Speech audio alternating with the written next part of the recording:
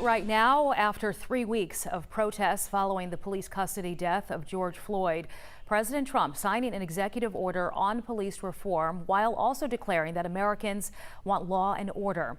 Francesca Amaker joining us now, walking us through the details of that order and the president's meeting with black families impacted by gun violence, including the mother of Ahmaud Arbery.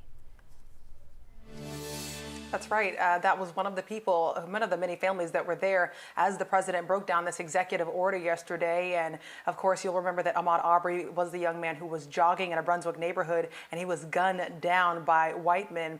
Now, keep in mind, when asked Ahmaud Arbery's mother, was this police reform enough? She said no, and she was actually disappointed. I would like to have some laws in place where policemen are held accountable for their actions.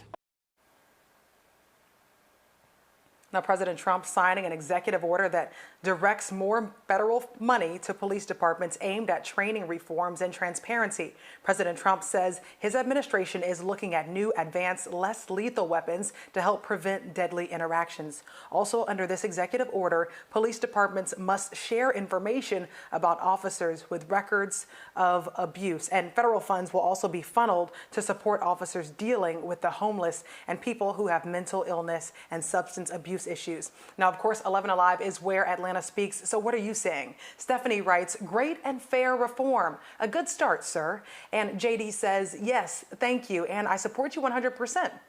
Dave and Emily say, eventually, no one will want to be a police officer. And Dale writes, if I was a policeman, I would walk off my job right now and let the governors and the president take care of their cities and their states. And, I posted this on my Facebook page, all of my social media platforms as soon as this broke. And one of the biggest critics that I saw was the president never addressed systemic racism. And many people in the black community feel like that is the beginning to have true reform.